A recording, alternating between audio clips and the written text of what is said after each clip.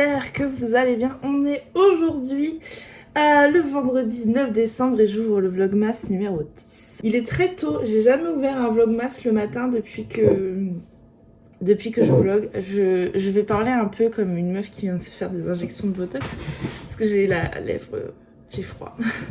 Quand j'ai les lèvres gercées, putain c'est quoi cette phrase impossible. Ça devrait passer d'ici 1 heure ou 2. Tant que ma peau se réveille complètement. J'avais envie d'ouvrir mon vlog avec vous ce matin. J'avais envie de commencer ma journée avec vous. Je viens d'aller me faire mon café. C'est le deuxième de la journée. En fait, il est à 9 h et je rentre de l'école. Je viens d'aller déposer les garçons. Je me lève en général vers 7 h. Je me prépare tranquille et après, je prépare les garçons. Et après, je pars à l'école, etc. Je rentre, je me fais mon petit café. Ensuite, je mets en route soit ma petite lampe. Vous allez voir, c'est un peu... Ah, on ne voit pas du coup. Ma petite lampe ici à huiles essentielles, ou alors je fais brûler un petit papier d'Arménie dans cette espèce de petit cendrier en terre cuite que j'ai fabriqué de mes petites mains lors d'un atelier l'année dernière en vacances. Je vous repose. Donc ce matin je vais faire brûler un petit papier d'Arménie, je vais boire mon café, essayer de me réveiller. C'était la pleine lune hier, je comprends mieux ma mauvaise nuit. En fait il est environ 1 h 30. Et je dis à mon mari, ouh, vous allez tomber. Et je dis à mon mari, il doit y avoir une nouvelle lune ou une pleine lune, il se passe quelque chose, je n'arrive pas à m'endormir. Et effectivement, c'était bien la pleine lune cette nuit. Et du coup, j'ai eu du mal à m'endormir. J'ai finalement dormi correctement, mais j'ai eu beaucoup de mal à m'endormir. Il va falloir que j'aille m'acheter un stick parce qu'on dirait... Pamela Anderson, c'est horrible. Voilà, là je vais travailler jusqu'à peu près midi. De midi à midi et demi en général, je fais un truc pour Instagram ou pour YouTube. Donc en ce moment, je fais surtout du montage pendant midi. Montage où je enregistre un petit bout de vidéo, où je fais une chronique, ou voilà. En général, ce petit temps-là, avant que mon mari rentre, je le consacre à Instagram. Enfin, à mes réseaux sociaux. Voilà, c'était pour vous dire bonjour et je vous reprends un petit peu plus tard dans la journée.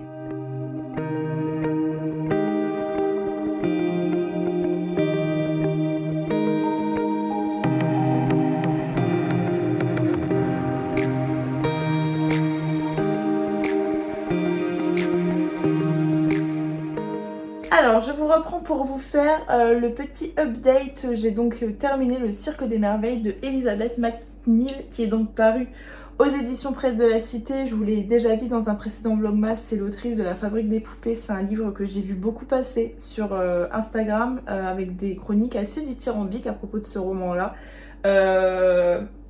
J'ai par contre très peu vu passer par contre le Cirque des Merveilles, donc je sais pas pourquoi. Est-ce que c'est parce que j'ai pas fait attention ou bref, j'en sais pas. Je vais vous refaire un petit résumé très rapide. Alors dans le Cirque des Merveilles, on va suivre l'histoire de Nelly. Nelly, c'est une jeune femme qui a la peau pigmentée par des taches de naissance et qui est donc un petit peu la risée de son village. Elle est tantôt moquée, tantôt effrayante, tantôt tout un tas de choses, et elle a beaucoup de mal à s'intégrer, et elle est un petit peu protégée par son grand frère qui s'appelle Charlie.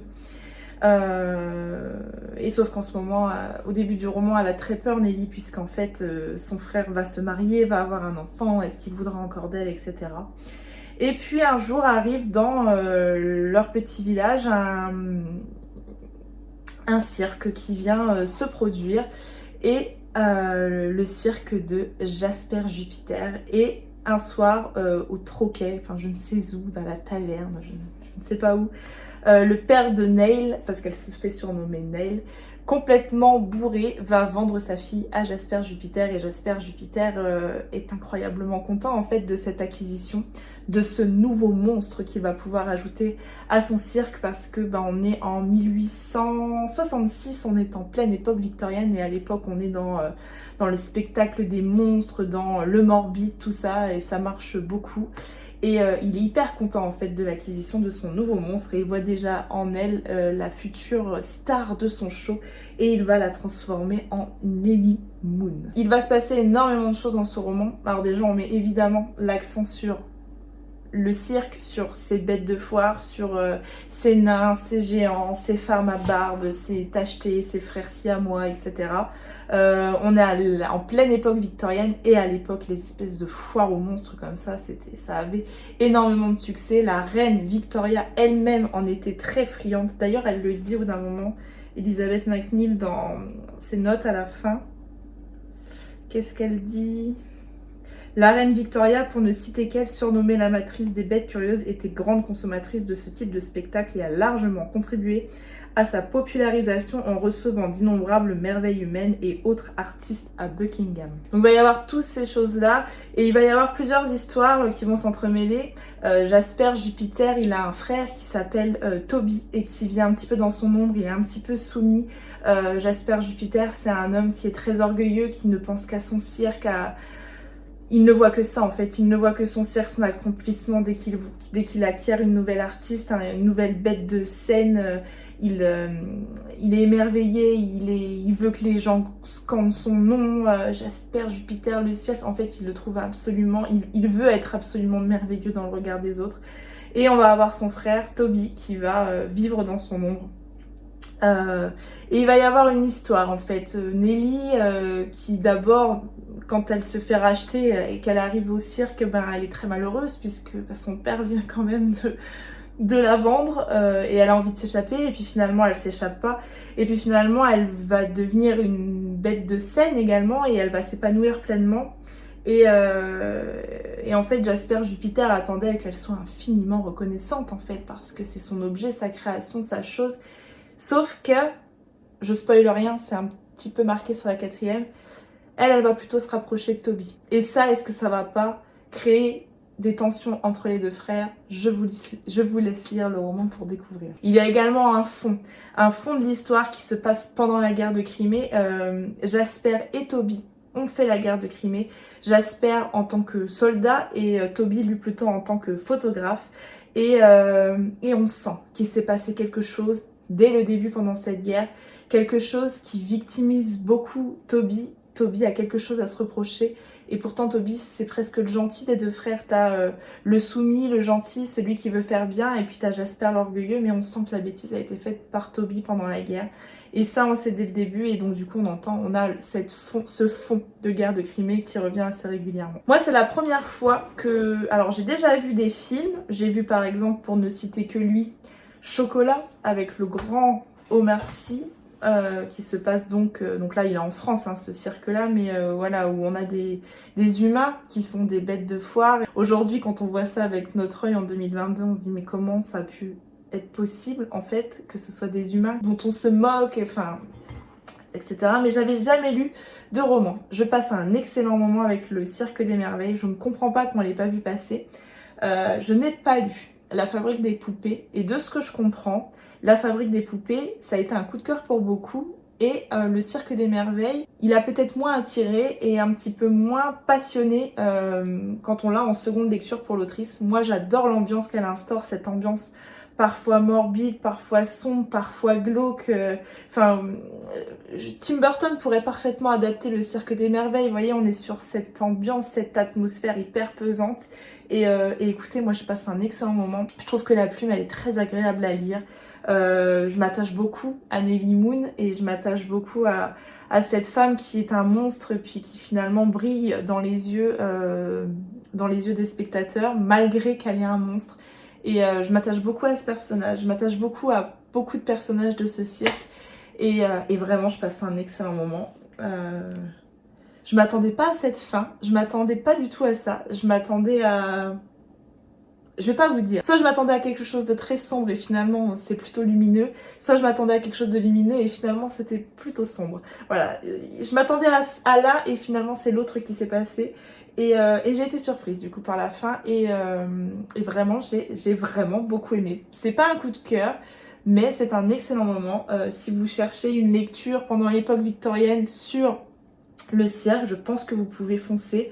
Je n'ai pas lu La vie qu'on m'a choisie, on m'en a énormément parlé, un livre qui est sorti chez Faubourg Marigny et qui là avait été un coup de cœur pour beaucoup. Après il me semble que La vie qu'on m'a choisie c'est une toute petite fille, l'héroïne. Là on est déjà sur une jeune femme.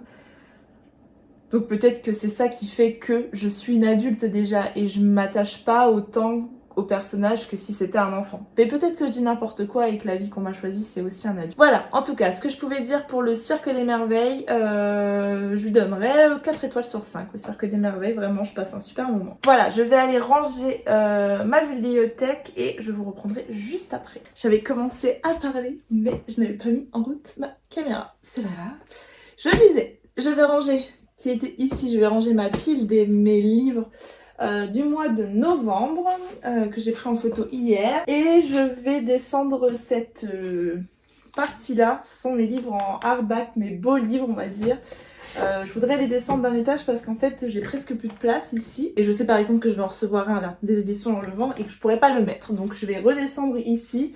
Je vais également demander pour Noël le deuxième Harry Potter Minalima, donc voilà, il va me falloir de la place ainsi que le Alice au pays des merveilles de Minalima que je voudrais beaucoup. Donc voilà, il va me falloir de la place ici parce qu'en fait cette bibliothèque ici ce sont mes Cozy Mystery, ici ce sont tout ce qui est Jane Austen, Sorbonté, les beaux livres qui vont donc atterrir ici.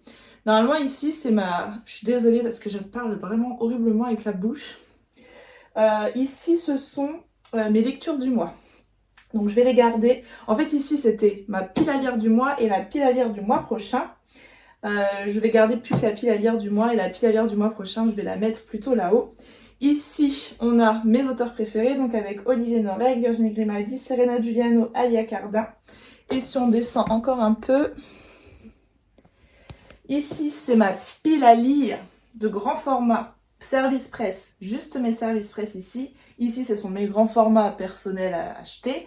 Ici, ce sont mes bandes dessinées. Ici, c'est ma pile à lire de bandes dessinées. Et voilà, et l'autre bibliothèque. Ici, ce sont mes Charleston. Ici, c'est ma petite déco avec Alice au pays des merveilles.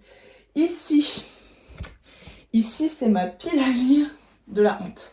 C'est-à-dire qu'en fait, ce sont des livres que j'ai achetés en salon. Donc j'en achète beaucoup trop. Et ce sont également des livres qu'on m'a offerts. Et ça, j'ai honte. Parce qu'en fait, il y a des livres qu'on m'a offerts depuis un bout de temps et que je n'ai toujours pas lus. Et pourtant, ils me font tous très envie. J'ai très envie de les lire, mais je n'arrive jamais à les caser dans mes plannings de lecture. C'est fin 2023, il n'y a plus aucun livre dans cette pile à lire de la honte. En dessous, c'est ma pile à lire de poche, achetée perso. Et en dessous, ici, vous voyez, il n'y en a presque pas. Ici, j'ai ma pile à lire de graphique achetée. Et là-bas, j'ai mes livres de Benjamin Lacombe. Voilà, on range.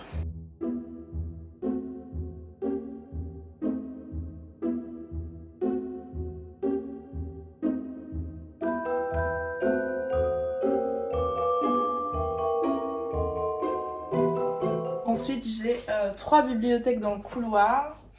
Et dans le couloir, c'est rangé. Donc les deux là, ce sont les grands formats. Toujours du bazar de mes enfants dans mes bibliothèques. Ce sont les grands formats dans les 2 bibliothèques ici, rangés par maison d'édition. Et la bibliothèque du fond ici, ce sont... en haut, c'est mon étagère ésotérique. Et après, ce sont les poches ici. Ici, tout en bas, là, c'est... des livres pratiques en fait, des livres sur le voyage en van, des livres de huiles essentielles, enfin voilà. Tous les livres pratiques qui viennent par exemple des éditions Améthyste ou Le Duc ou des choses comme ça. Voilà. Depuis quelques temps, j'ai hyper envie de tout ranger par ordre alphabétique parce que vraiment ça m'embête que certains auteurs qui ne sont pas dans la même maison d'édition aient des livres ici, là-bas. Et je me tâte en fait. Je pense par exemple à Julien Dufresne-Lamy, qui n'est pas partout au même endroit dans ma bibliothèque. Donc voilà, il n'est pas à l'abri que incessamment sous peu, je re-range ma bibliothèque complètement.